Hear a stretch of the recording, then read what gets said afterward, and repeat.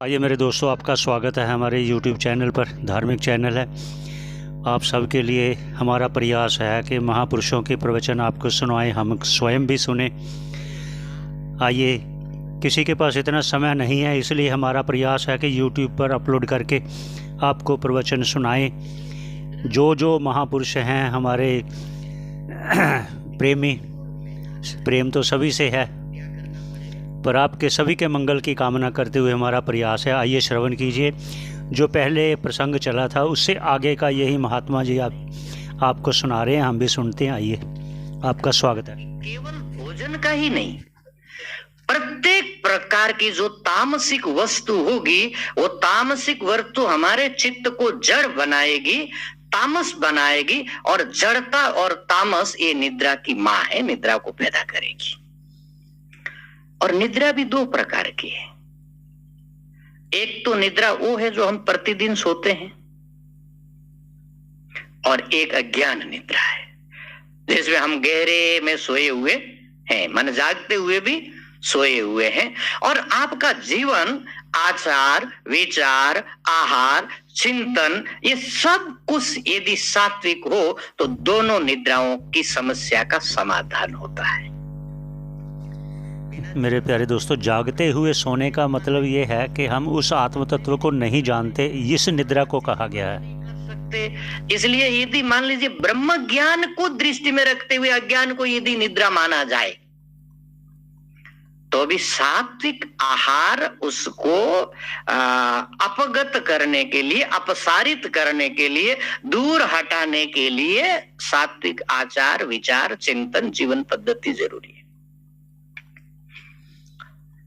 और ये जो निद्रा है जिसकी एक शरीर को जरूरत है रिलैक्स के लिए, इसको पूरा तैयार करके रखने के लिए, इससे जो एक्सेस मात्रा की जो निद्रा है, जो ज्यादा है, जरूरत से ज्यादा है, क्योंकि एक गहरे अंधकार तमस में पड़ा रहता है व्यक्ति, ना उसकी बुद्धि का प्रयोग होता है, ना उसके बलों का प्रयोग होता है, ना उसके गुण का प्रयोग होता है, ना उसने जो कुछ भी अर्जित किया है वो एकदम कहीं जाकर के अंधकार के घनघोर में छुप जाता है। वो जागृत रहे तो उनका प्रयोग करने की एक संभावना बनी रहती है। उस निद्रा का भी यदि त्याग करना है तो सात्विक आहार होना चाहिए। हमको थोड़ा तो जल्दी चलना पड़ेगा, इसलिए इसको इतना ही समझना कि दोनों निद्राओं के परिष्कार के लिए, चाहे अज्ञान निद्रा का आपको परिष्कार करना हो, और ये शायद जो तम निद्रा है जो हमारे जीवन के एक बड़े भाग को ग्रस जा रही है, उसका यदि समाधान करना हो तो सात्विक वस्तु सेवन। और वस्तु प्रयोग करने से मेरे ख्याल में सब चीजों का उसमें संग्रह हो जा रहा है। खाना, पीना, सोना, बोलना, चिंतन, आहार, विहार, सब। स्वप्नम सदा जागृत, और स्वप्न को सदा जगे रह करके आप जीत सकते हैं या स्वप्न की समस्या से बाहर आ सकते हैं।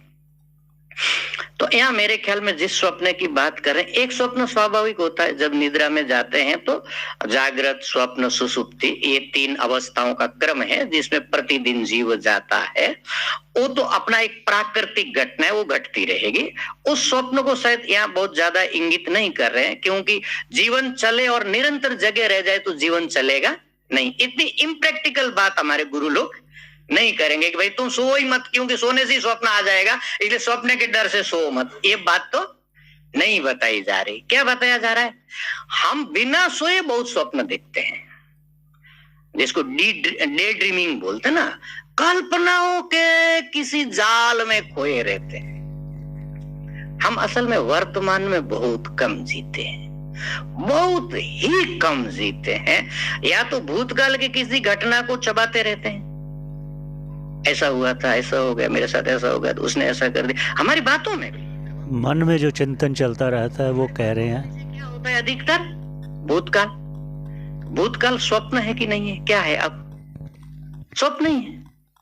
या फिर हम भविष्य के जाल में उधेड़ बुन में लगे रहते हैं, ऐसा करना, ऐसा करना, ये होना, वो होना, ये होगा, ये होगा, वो होगा।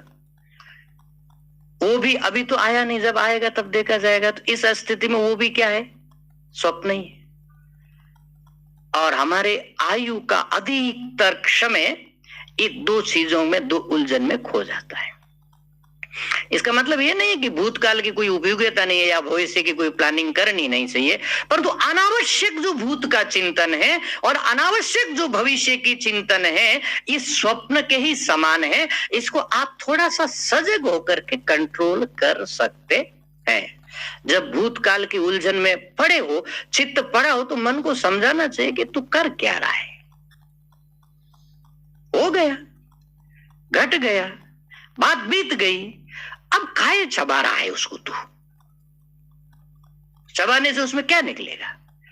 कुत्ता हड्डी को कितना भी चबाए तो उसके मचड़ों का खून ही निकलेगा और तो कुछ उसमें से निकलने वाला है नहीं। तो अपने मन को ये कहना चाहिए ना, ये हड्डी काहे चबा रहा है भैया, तू सूखी हड्डी जिसमें कुछ नहीं है। और या फिर हम एक कल्पनाओं का महल बनाते रहते हैं। अच्छा, कुछ कर लेते थोड़ा प्रैक्टिकल तो शायद कुछ प्राप्ति भी हो जाती। कल्पनाओं के महल से कुछ प्राप्त होने वाला है क्या?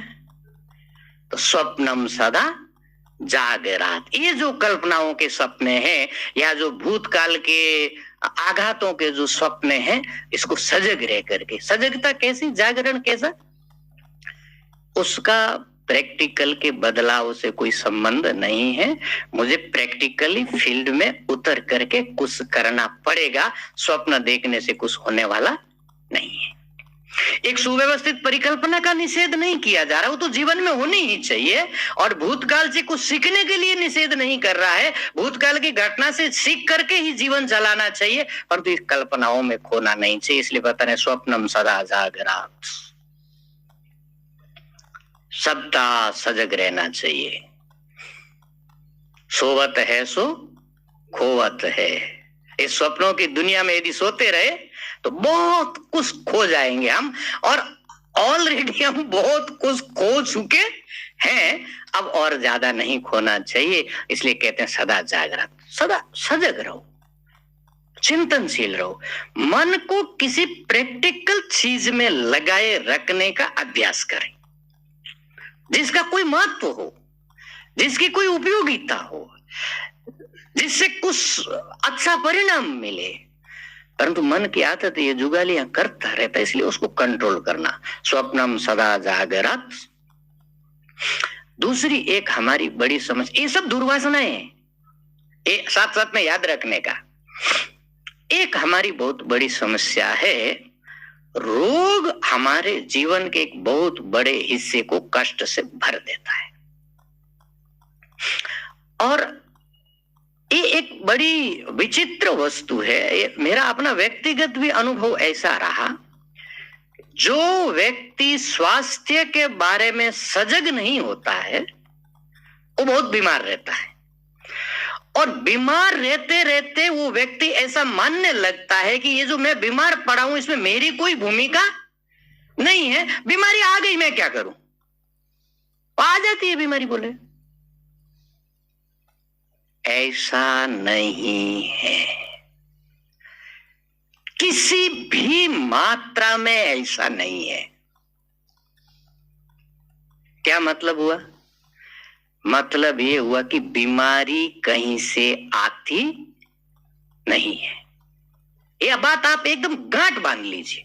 हाँ, ये हो सकता है कि पूर्व जन्म का कोई प्रारब्ध का प्रबल भोग रहा हो और कोई ऐसा असाध्य रोग आ गया हो जो भोगना ही था, वो भी यदि आएगा तो हमको ही उसके अनुसार ढाल करके आएगा। ऊपर से तो टपकने से रहा ना रोग भैया। हाँ, शरीर का प्रारब्ध होने पर भी जो शरीर का प्रारब्ध भी आता है, पहले हमको असावधान करता है। पहले हम असावधान होते हैं किसके बारे में? खाने के बारे में, पीने के बारे में, सोने के बारे में, जगने के बारे में। हमारा खाना गलत हो, हमारा पीना गलत हो, हमारा सोना गलत हो, हमारा जागना गलत हो और बीमारी न आए, ऐसा कभी नहीं हो सकता है। और हमारा जागना, हमारा सोना, हमारा खाना, हमारा पीना एकदम शरीर शास्त्र के अनुसार हो, तो कम से कम शारीरिक बीमारी नहीं आ सकती। ये मैं आपको मेरे अपने अनुभव से बता रहा हूं, नहीं आ सकती। परंतु हम समझते कि बीमारी आ गई मैं क्या करूं। अरे भैया, आई नहीं, उसको आपने निमंत्रण दे करके बुलाया। आपने न्योता दिया, ये निमंत्रण बंद होना चाहिए। कैसे? उन्होंने कहा कि रोगान जीर्ण असित अशनाथ, रोग से यदि, विशेष करके फिजिकल प्रॉब्लम से, शारीरिक बीमारी से यदि मुक्त रहना है तो 2 सजेशन दे रहे हैं। वो पहले वाला भी यहाँ काम करेगा, भोजन के साथ सात्विकता जुड़ी हुई है। एक तो ऐसा खाना चाहिए जो आपको जीर्ण हो जाए, जो आपके शरीर के अनुकूल हो। हर प्रकार का भोजन हर प्रकार के व्यक्ति को हमेशा छूट नहीं करता। देखिए, प्रकृति का एक सिस्टम है। हमारे जो देशज जो भोजन पद्धति है, प्रत्येक देश की भोजन पद्धति अलग है। आप बंगाल में चले जाइए, उनका पूरा जो मेन्यू है डिफरेंट प्रकार का है। राजस्थान में चले जाए। ये सात्विक भोजन के लिए चर्चा कर रहे हैं, आगे चर्चा जारी रहेगी हमारी। आप हमारे साथ जुड़े रहें। आपका श्रवण करने का बहुत बहुत धन्यवाद। पुनः भेंट होगी, इन्हीं महात्मा का आगे प्रवचन जो है चलेगा। धन्यवाद श्रवण करने का।